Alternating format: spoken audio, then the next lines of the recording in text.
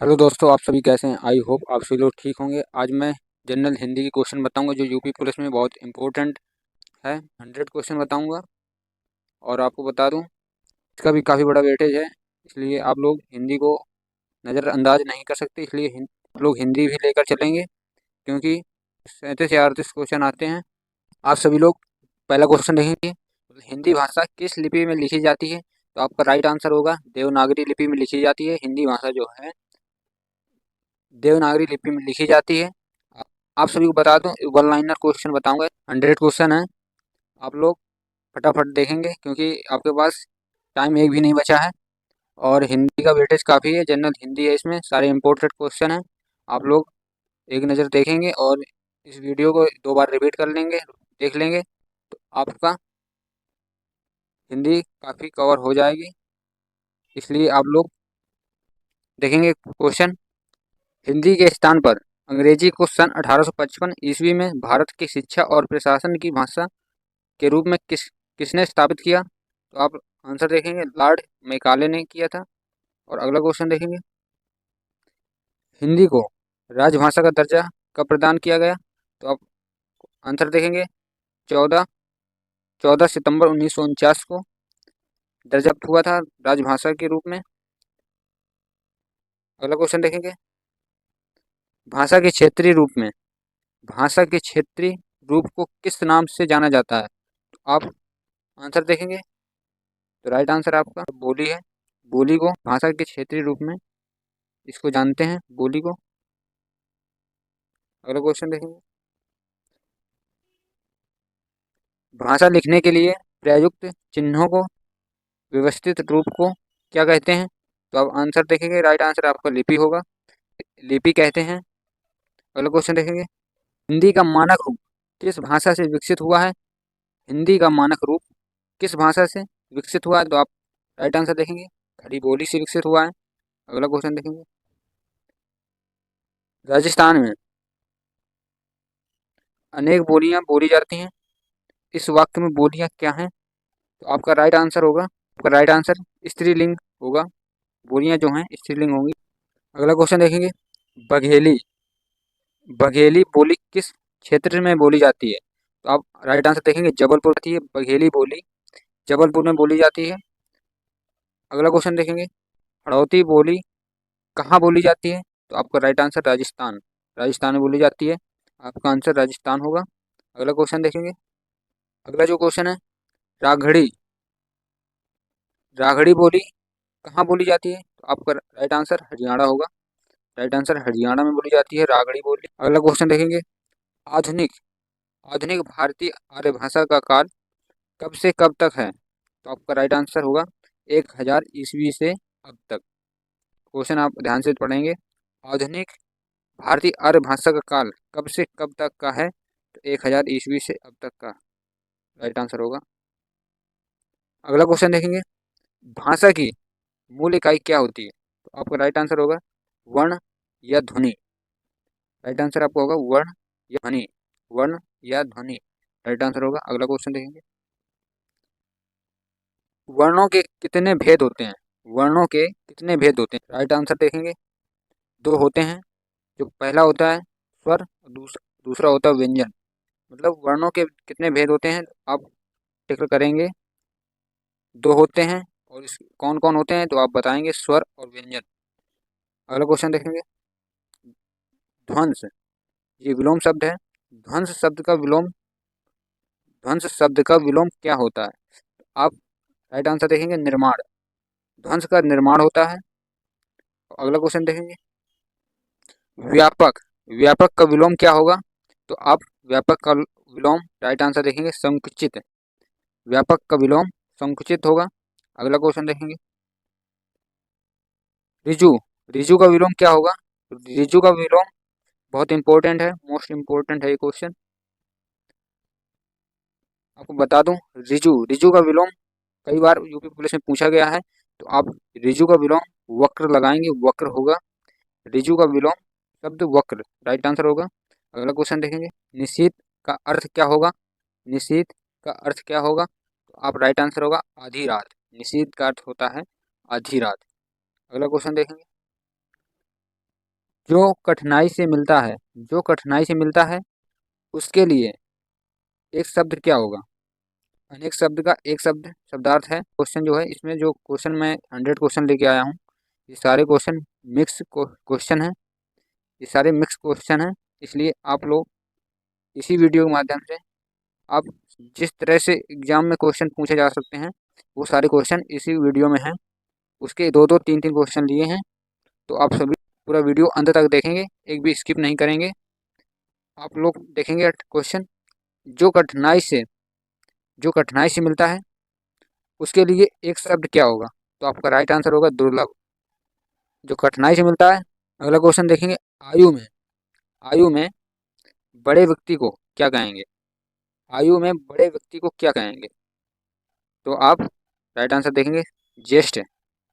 Right answer ज्येष्ठ कहेंगे। अगला क्वेश्चन देखेंगे, मोक्ष की इच्छा मोक्ष की मोक्ष की इच्छा रखने वाला के लिए क्या कहेंगे। ये भी अनेक शब्द का एक शब्द है। ये भी इम्पोर्टेंट क्वेश्चन है, इसको भी अच्छे से पढ़ेंगे और याद रखेंगे। मोक्ष की इच्छा रखने वाला क्या कहलाता है। तो आप देखेंगे राइट आंसर मुमुक्षु। अब राइट आंसर देखेंगे मुमुक्षु कहलाएगा। मोक्ष की इच्छा रखने वाला मुमुक्षु कहलाएगा। अब अगला क्वेश्चन देखेंगे, बोतल में बोतल में दूध बचा है। इस वाक्य में बोतल में कौन सा कारक है। ये कारक पूछा है इसमें, तो आप लोग बताएंगे। राइट आंसर इसमें होगा अधिकरण कारक।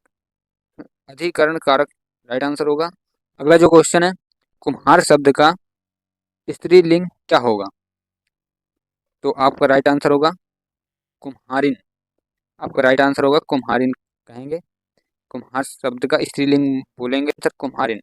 ये भी इम्पोर्टेंट क्वेश्चन है, इसको भी आप देख सकते हैं अच्छे से। अगला क्वेश्चन देखेंगे, हंस का हंस का स्त्रीलिंग क्या होगा। तो आप हंस का स्त्रीलिंग देखेंगे तो इसका राइट आंसर होगा हंसनी। राइट आंसर हंसनी होगा। ये भी इम्पोर्टेंट है, इसको भी ध्यान रखेंगे। अगला क्वेश्चन देखेंगे, आपको बता दूं इस वीडियो में सारे इम्पोर्टेंट क्वेश्चन लाया हूं, इसलिए आप एक भी स्किप नहीं करेंगे। पूरा एक बार तो देखेंगे ही पूरे क्वेश्चन। और अगला क्वेश्चन देखेंगे। अगला क्वेश्चन जो है, अधिकरण कारक में अधिकरण कारक के विभक्ति क्या होगा। अधिकरण कारक के विभक्ति क्या होगा। तो आपका राइट आंसर होगा में और पर। अधिकरण कारक के विभक्ति पर में और पर राइट आंसर होंगे। अगला क्वेश्चन, लाला का लाला का अन्य लिंग रूप क्या है। लाला का अन्य लिंग रूप क्या है। तो आपका राइट आंसर होगा ललाइन होगा। ललाइन आप याद रखेंगे, ये भी मोस्ट इंपोर्टेंट क्वेश्चन है, इसलिए आप लोग याद रखेंगे इसको। अगला क्वेश्चन देखेंगे। अगला क्वेश्चन देखेंगे, बिल्ली शब्द का पुल्लिंग क्या होगा। बिल्ली शब्द का पुरुष लिंग क्या होगा। तो आप राइट आंसर देखेंगे बिलाव। बिलाव बोलेंगे। बिल्ली का जो शब्द पुरुष लिंग होगा वो बिलाव होगा। अगला क्वेश्चन देखेंगे, कवि का सही बहुवचन रूप बताइए। मतलब कवि का सही बहुवचन रूप क्या होगा। तो आप इसका राइट आंसर होगा कवि वृंद। जो राइट आंसर होगा कवि वृंद होगा। अगला क्वेश्चन देखेंगे, लुटिया शब्द लुटिया शब्द का बहुवचन क्या होगा। तो आप लुटिया शब्द का होगा राइट आंसर होगा लुटियाँ। लुटिया शब्द का बहुवचन देखेंगे तो आप राइट आंसर होगा लुटियाँ होगा। मतलब इसमें चांद बिंदी या में लग जाएगा तो लुटियाँ बहुवचन हो जाएगा। अगला क्वेश्चन देखेंगे, क्रिया के क्रिया के मूल रूप को क्या कहते हैं। क्रिया के मूल रूप को क्या कहते हैं। तो आप राइट आंसर देखेंगे धातु। धातु कहेंगे। क्रिया के मूल रूप को क्या कहते हैं। तो आप लोग राइट आंसर धातु लगाएंगे। अगला क्वेश्चन देखेंगे, वह खाता होगा इस वाक्य की क्रिया किस काल की है। वह खाता होगा इस वाक्य की क्रिया किस काल की है। तो आप राइट आंसर लगाएंगे इसका संदिग्ध वर्तमान काल। वह खाता होगा इस वाक्य की क्रिया जो होगी संदिग्ध वर्तमान काल होगी। ये भी इम्पोर्टेंट क्वेश्चन है, आप लोग ध्यान से देखेंगे। अगला क्वेश्चन देखेंगे, अवगुण अवगुण शब्द में कौन सा उपसर्ग है। अवगुण शब्द में कौन सा उपसर्ग है। तो आप राइट आंसर देखेंगे अव जो है वो उपसर्ग है। अगला क्वेश्चन देखेंगे, लिखावट लिखावट में कौन सा प्रत्यय है। तो लिखावट में आप देखेंगे लिखावट में आवट जो आवट होता है वो प्रत्यय होगा। आपने उपसर्ग और प्रत्यय पढ़ा होगा। उपसर्ग में हमेशा शब्द का आगे के जो वर्ड होते हैं वो लिया जाता है, और प्रत्यय में हमेशा पीछे का लिया जाता है। तो आप लोग देख सकते हैं लिखावट, खा के बाद जो आ रहा है तो ये आवट हो जाएगा। आप अगला क्वेश्चन देखेंगे। भुलक्कड़, भुलक्कड़ शब्द में किस प्रत्यय का प्रयोग हुआ है? भुलक्कड़ शब्द में किस प्रत्यय का प्रयोग हुआ है? तो आपका राइट आंसर होगा अक्कड़। अक्कड़ होगा इसका प्रत्यय प्रयोग। राइट आंसर आप अक्कड़ करेंगे। अगला क्वेश्चन, सदैव शब्द में, सदैव शब्द में कौन सी संधि होगी? तो आप लोग देखेंगे इसका राइट आंसर होगा वृद्धि संधि होगा। सदैव शब्द में कौन सी संधि होगी? तो वृद्धि संधि होगी। अगला क्वेश्चन देखेंगे। आपको बता दूं 100 क्वेश्चन लिया है, 100 क्वेश्चन में दो दो तीन तीन क्वेश्चन सारे जितना सिलेबस है सबसे दो दो तीन तीन क्वेश्चन लिया हूं, जो कि आप लोग एक ही बार में पूरे क्वेश्चन के रिपीट कर सकें और देख सकें कैसे क्वेश्चन बन सकते हैं। आप सब लोग देख सकते हैं। अगला क्वेश्चन, प्रत्येक शब्द में, प्रत्येक शब्द में कौन सा उपसर्ग है? प्रत्येक शब्द में कौन सा उपसर्ग है? तो आपका राइट आंसर होगा प्रति। जो प्रति है ये प्रत्येक में उसका उपसर्ग होगा। अगला क्वेश्चन, वाच्य के, वाच्य के कितने प्रकार होते हैं? वाच्य के कितने प्रकार होते हैं? तो आपका राइट आंसर होगा 3। वाच्य के 3 प्रकार होते हैं। अगला क्वेश्चन देखेंगे। अगला क्वेश्चन, महोत्सव, महोत्सव का संधि विच्छेद क्या होगा? तो आप लोग राइट आंसर देख सकते हैं महा धन उत्सव, मतलब निकाल लेते होंगे संधि विच्छेद, जो जैसे किसी शब्द को संधि विच्छेद करना है जो आप लोग सभी लोग कर लेते होंगे, उम्मीद है मुझे। अगला क्वेश्चन देखेंगे। प्रतिधन आघात, प्रतिधन आघात का संधि विच्छेद रूप जो होगा, इसका पूर्ण रूप बनाना है। प्रतिधन आघात संधि रूप क्या होगा? तो आप प्रत्याघात होगा। राइट आंसर प्रत्याघात राइट आंसर होगा। अगला क्वेश्चन देखेंगे। स्वागत का, स्वागत का संधि विच्छेद क्या होगा? स्वागत का संधि विच्छेद क्या होगा? आपका राइट आंसर होगा सुधन आगत, सुधन आगत होगा। अगला क्वेश्चन देखेंगे। स्वर संधि में, स्वर संधि में किसका मेल होता है? स्वर संधि में किसका मेल होता है? तो आपका राइट आंसर होगा स्वरों का मेल होता है। अगला क्वेश्चन देखेंगे। हिंदी में अर्ध विराम चिन्ह कैसा होता है? हिंदी में अर्ध विराम का चिन्ह कैसा होता है? तो आप राइट आंसर देख सकते हैं। इसमें पॉइंट लगा होगा और उसी के नीचे कॉमा लगा होगा। वो अर्ध विराम का चिन्ह होता है। जो पॉइंट होगा, पॉइंट के बाद नीचे से कॉमा लगा होगा, वो अर्ध विराम का चिन्ह होता है। आप लोग देख सकते हैं एक नज़र। अगला क्वेश्चन देखेंगे। वाक्य को समाप्त करने के, वाक्य को समाप्त करने के लिए किस चिन्ह का प्रयोग किया जाता है? वाक्य को समाप्त करने के लिए किस चिन्ह का प्रयोग किया जाता है? तो आप लोग राइट आंसर देखेंगे पूर्ण विराम का चिन्ह लगाते हैं। उसमें जो हिंदी में पूर्ण विराम का ये वाला चिन्ह लगाते हैं, जो डंडा टाइप को लगाते हैं, वो पूर्ण विराम का चिन्ह होता है। आप लोगों को बता दूं ये मुहावरा शब्द 2-3 क्वेश्चन होंगे, इसमें देखेंगे। दूध का धुला होना मुहावरे का अर्थ क्या होगा? तो दूध का धुला होना मुहावरे का अर्थ क्या होगा? तो आपका राइट आंसर निर्दोष होना। दूध का धुला होना मुहावरे का अर्थ तो होगा ये निर्दोष होना होगा। Right answer. अगला क्वेश्चन देखेंगे। अगला जो क्वेश्चन है, तिलांजलि, तिलांजलि देना मुहावरे का सही अर्थ क्या होगा? तिलांजलि देना मुहावरे का सही अर्थ क्या होगा? तो आपका राइट आंसर होगा त्याग देना। राइट आंसर आपका त्याग देना होगा।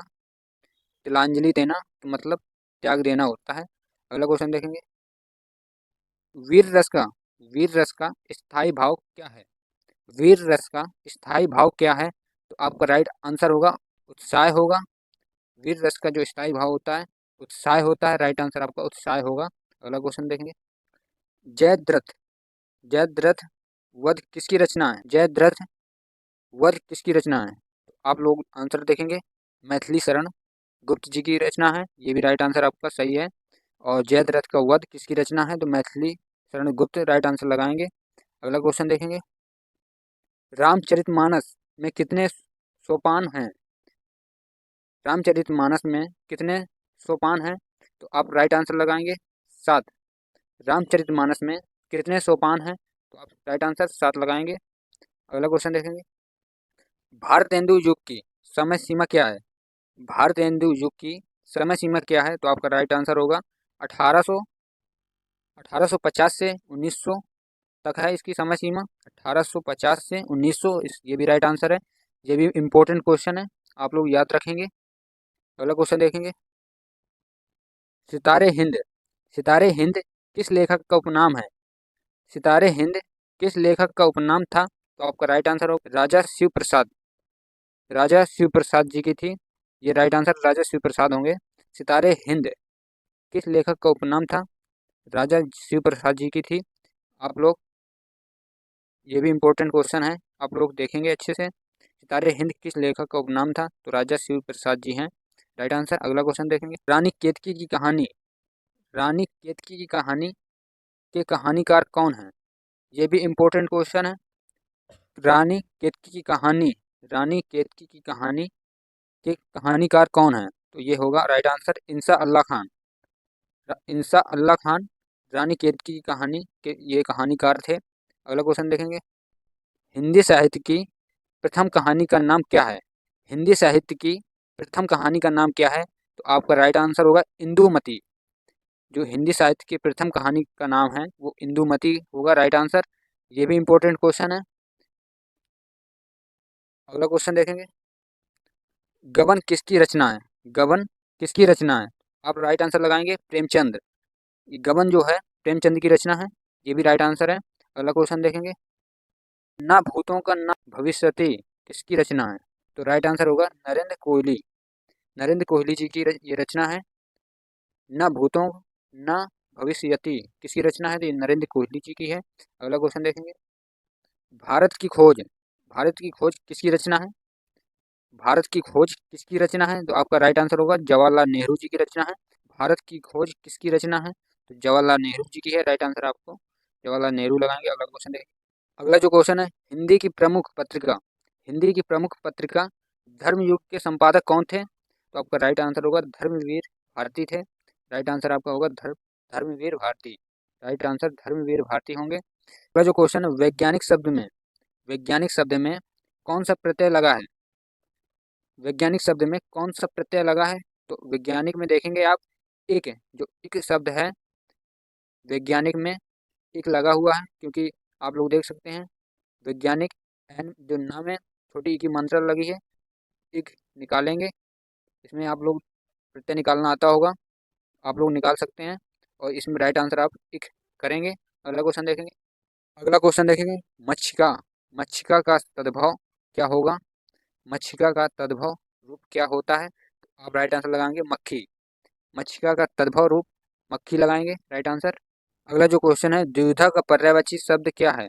दुविधा का पर्यायवाची शब्द क्या है? तो आप राइट आंसर लगाएंगे धर्म संकट। दुविधा का पर्यायवाची शब्द जो है धर्म संकट राइट आंसर होगा। अगला क्वेश्चन देखेंगे। सूर्यांश का पर्याय क्या होगा?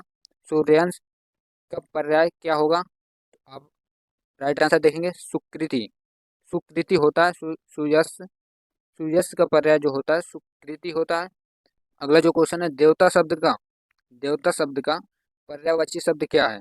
देवता शब्द का पर्यायवाची शब्द क्या है? तो आप राइट आंसर देखेंगे सुधाकर होगा।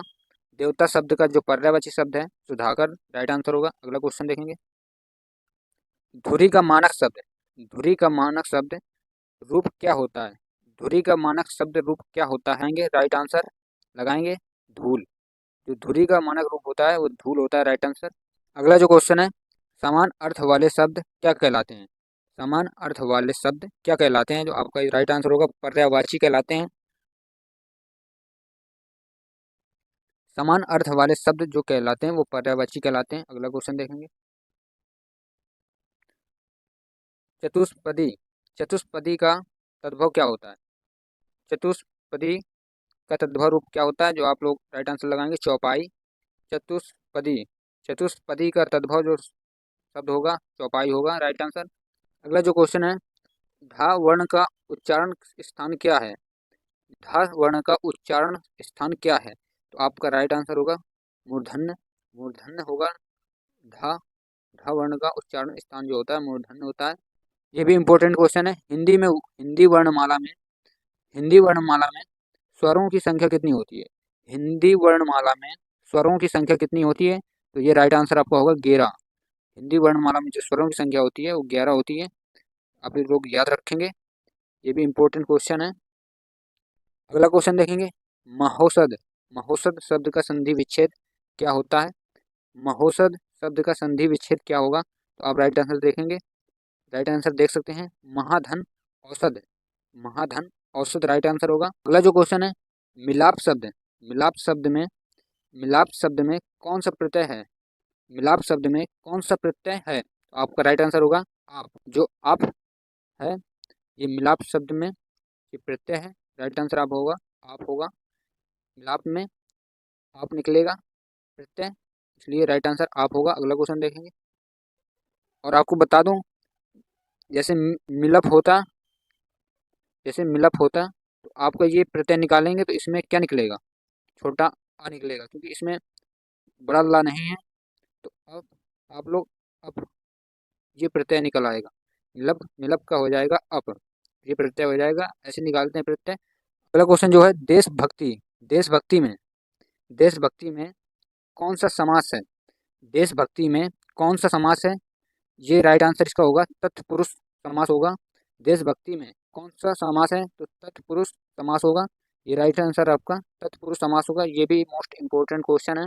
आप लोग बहुत अच्छे से इस वीडियो को देखना है। आप सभी को, आप लोगों का इसी से अड़तीस के 38 क्वेश्चन फंस सकते हैं, इसलिए आप लोग इस वीडियो को जरूर देखना है एग्जाम देने से पहले आप लोगों को। अगला क्वेश्चन, समासिक। समासिक पद को, समासिक पद को तोड़ना क्या कहलाता है? समासिक पद को तोड़ना क्या कहलाता है? तो आपका राइट आंसर होगा समास विग्रह कहलाएगा। समासिक पद को तोड़ना क्या कहलाता है? समास विग्रह कहलाएगा। राइट आंसर होगा। अगला जो क्वेश्चन है, महादेवी वर्मा को, महादेवी वर्मा को ज्ञानपीठ पुरस्कार किस कृति पर मिला? महादेवी वर्मा को ज्ञानपीठ पुरस्कार किस कृति पर मिला? तो आप लोग राइट आंसर लगाएंगे यमा। इनकी जो कृति थी, यमा कृति थी महादेवी वर्मा जी की। ये राइट आंसर आपका यमा लगाएंगे। अगला क्वेश्चन देखेंगे, 1955 में, 1955 में साहित्य, 1955 में साहित्य अकेडमी पुरस्कार किसे प्रदान किया गया था? 1955 में साहित्य अकेडमी पुरस्कार किसे प्रदान किया गया था? तो आप लोग राइट आंसर लगाएंगे माखन लाल चतुर्वेदी। राइट आंसर आपका होगा माखन लाल चतुर्वेदी होंगे। अगला जो क्वेश्चन है, हिंदी एकेडमी का, हिंदी एकेडमी का सलाहकार पुरस्कार सबसे पहले किसे दिया गया था? हिंदी एकेडमी का सलाहकार पुरस्कार सबसे पहले किसे दिया गया था? हिंदी एकेडमी का सलाहकार पुरस्कार सबसे पहले किसे दिया गया था? तो आपका राइट आंसर होगा डॉक्टर रामविलास शर्मा। इसका जो राइट आंसर होगा डॉक्टर रामविलास शर्मा जी होंगे। अगला जो क्वेश्चन है, बेताल पच्चीसी। बेताल पच्चीसी किस विशेषण का उदाहरण है? बेताल पच्चीसी किस विशेषण का उदाहरण है? तो आपका राइट आंसर होगा समुदायवाचक है। अगला क्वेश्चन देखेंगे, सद्भावना में कौन सा समास है? सद्भावना में कौन सा समास होगा? तो आप राइट आंसर लगाएंगे कर्मधारय समास। सद्भावना शब्द ये बार बार क्वेश्चन में पूछा जाता है, इसलिए आप लोग इसे भी याद रखेंगे। सद्भावना में कौन सा समास होता है? तो कर्मधारय समास होता है। अगला क्वेश्चन देखेंगे, हिंदी दिवस। हिंदी दिवस कब मनाया जाता है? हिंदी दिवस कब मनाया जाता है? तो राइट आंसर होगा 14 सितंबर को मनाया जाता है। अगला क्वेश्चन देखेंगे, मुहावरा शब्द। मुहावरा शब्द किस भाषा का शब्द है? मुहावरा शब्द किस भाषा का शब्द है? तो आपका राइट आंसर होगा अरबी। अरबी भाषा है जो मुहावरा शब्द है, अरबी से लिया गया है। और मुहावरा शब्द किस भाषा का शब्द है? तो ये अरबी भाषा का है। अगला क्वेश्चन, हिंदी की पहली फिल्म आलम आरा, हिंदी की पहली फिल्म आलम आरा किस वर्ष रिलीज हुई थी? तो आपका राइट आंसर होगा 1931 में रिलीज किया गया था, और इसलिए आप लोग इसे याद रखेंगे। ये भी इंपॉर्टेंट क्वेश्चन है। हिंदी की पहली फिल्म आलम आरा किस वर्ष रिलीज हुई थी? तो आपका राइट आंसर होगा 1931 में। अगला क्वेश्चन जो है, महादेवी वर्मा। महादेवी वर्मा को नीरज के लिए, महादेवी वर्मा को नीरज के लिए कौन सा पुरस्कार प्राप्त हुआ है? तो आपका राइट आंसर होगा शेख सरिया पुरस्कार। आपका जो राइट आंसर होगा शेख सरिया पुरस्कार है। तो महादेवी वर्मा को नीरज के लिए कौन सा पुरस्कार प्राप्त हुआ था? तो शेख सरिया पुरस्कार है, ये याद रखेंगे। अगला क्वेश्चन जो है, साहित्य अकेडमी, साहित्य अकेडमी पुरस्कार की शुरुआत कब हुई थी? साहित्य अकेडमी पुरस्कार की शुरुआत कब हुई थी? तो आपका राइट आंसर होगा 1955 में शुरुआत हुई थी, इसका इसलिए आपका राइट आंसर होगा 1955। अगला क्वेश्चन देखेंगे, उल्टी माला। उल्टी माला फेरना मुहावरे का अर्थ, सही अर्थ क्या है? उल्टी माला फेरना मुहावरे का सही अर्थ क्या होगा? तो आपका राइट आंसर होगा किसी का बुरा सोचना, उल्टी माला फेरना मुहावरे का सही अर्थ क्या है? आप राइट आंसर लगाएंगे, किसी का बुरा सोचना होता है। अगला क्वेश्चन देखेंगे, स्थायी भावों की संख्या कितनी होती है? स्थायी भावों की संख्या कितनी होती है? तो ये 9 संख्याएं होती हैं। ये भी इंपॉर्टेंट क्वेश्चन है, याद रखेंगे। स्थायी भावों की संख्या कितनी होती है? तो 9 राइट आंसर है। अगला देखेंगे, 9 राइट आंसर होगा। अगला जो क्वेश्चन है, विस्मय स्थायी भाव, विस्मय स्थायी भाव किस रस में होता है? विस्मय स्थायी भाव किस रस में होता है? तो आपका राइट आंसर होगा अद्भुत। जो इसका जो रस होता है, अद्भुत रस होता है। विस्मय स्थायी भाव किस रस में होता है? तो अद्भुत रस होगा। राइट आंसर आपको अद्भुत रस होगा। अगला जो क्वेश्चन है, रस का संबंध, रस का संबंध किस धातु से माना जाता है?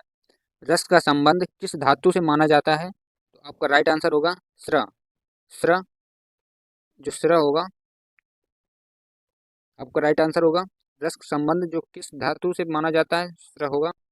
अगला क्वेश्चन देखेंगे, हास रस का स्थायी भाव क्या है? हास रस का स्थायी भाव क्या होता है? आप लोग राइट आंसर देखेंगे, हास होगा। हास का स्थायी भाव जो होगा हास होगा, राइट आंसर। अगला जो क्वेश्चन है, दोहा के प्रथम चरण में कितनी मात्राएं होती हैं? दोहा के प्रथम चरण में कितनी मात्राएं होती हैं? तो आपका राइट आंसर होगा 13 मात्राएं होती हैं। जो आपका राइट आंसर होगा 13 मात्राएं होंगी, इसलिए आप लोग ये भी याद रखेंगे। ये भी इंपॉर्टेंट क्वेश्चन है। दोहा के प्रथम चरण में कितनी मात्राएं होती हैं? तो आप लोग 13 लगाएंगे, राइट आंसर। अगला जो क्वेश्चन है, एक छंद में कितने चरण होते हैं? एक छंद में कितने चरण होते हैं? आपका राइट आंसर होगा, आपका राइट आंसर 4 होगा। राइट आंसर आपका 4 होगा। एक छंद में कितने चरण होते हैं? 4 चरण होते हैं।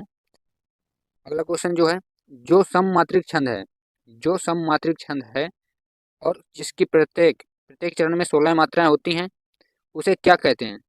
जो सममात्रिक छंद है और जिसकी प्रत्येक चरण में 16 मात्राएं होती हैं, उसे क्या कहते हैं? तो आपका राइट आंसर होगा चौपाई। आपका जो राइट आंसर है चौपाई कहेंगे। आप राइट आंसर चौपाई लगाएंगे, चौपाई बोलेंगे आप लोग। ये भी इंपॉर्टेंट, मोस्ट इंपॉर्टेंट क्वेश्चन है, ये भी याद रखेंगे आप लोग। अगला क्वेश्चन देखेंगे, काली घटा, काली घटा का घमंड घटा, काली घटा का घमंड घटा में कौन सा अलंकार है? काली घटा का घमंड घटा कौन सा अलंकार है? इसका राइट आंसर जो होगा यमक अलंकार होगा। काली घटा का घमंड घटा कौन सा अलंकार है? तो यमक अलंकार राइट आंसर होगा। आप लोग ध्यानपूर्वक देखेंगे क्वेश्चन सारे, क्योंकि बहुत इंपॉर्टेंट इस वीडियो में क्वेश्चन लाया हूँ। आप लोग देखेंगे, काली घटा का घमंड घटा कौन सा अलंकार है? यमक अलंकार होगा, राइट आंसर। अगला जो क्वेश्चन है, जहाँ एक ही शब्द से अनेक अर्थ निकलते हैं, वहाँ कौन सा अलंकार होता है? जहाँ एक ही शब्द से अनेक अर्थ निकलते हैं, वहाँ कौन सा अलंकार होता है? तो आपका राइट आंसर होगा श्लेष अलंकार कहेंगे। आपका राइट आंसर श्लेष अलंकार होगा, इसलिए आप श्लेष अलंकार लगाएंगे, राइट आंसर। अगला जो क्वेश्चन है, देवदास, देवदास उपन्यास किसके द्वारा लिखा गया है? देवदास उपन्यास किसके द्वारा लिखा गया है? तो राइट आंसर आपका होगा शरत चंद्र चट्टोपाध्याय। आपका राइट आंसर होगा शरत चंद्र चट्टोपाध्याय होगा। ये भी इंपॉर्टेंट क्वेश्चन है, आप लोग याद रखेंगे। अगला क्वेश्चन देखेंगे, अथ का विलोम क्या होता है? अथ का विलोम क्या होता है?